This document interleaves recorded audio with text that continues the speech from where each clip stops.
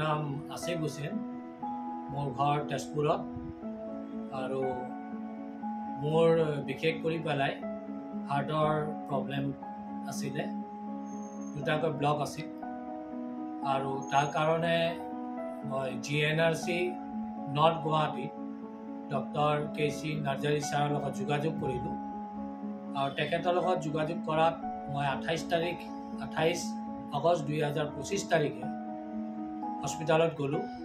গৈ তেখেতক দেখুৱাৰ পাছত তেখেতে চাই সকলো ক'লে যে দুটাকৈ ব্লক আছে আৰু সেই ব্লকটো খুলিব লাগিব।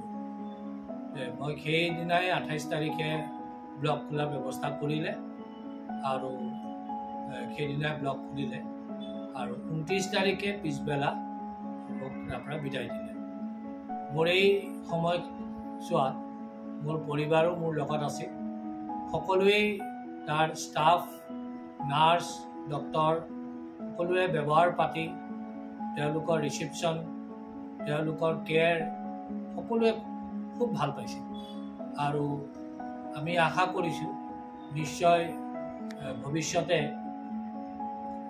যিকোনো বেমাৰৰ ক্ষেত্ৰত তাত গৈ চিকিৎসা কৰিম বুলি।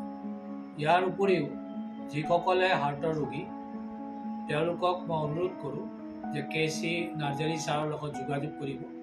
তেখেত বিজ্ঞ ডক্টৰ, তেখেতৰ লগত পৰামৰ্শ কৰি আপোনালোকৰ সমস্যাসমূহ সমাধান কৰিব পাৰিব। ধন্যবাদ।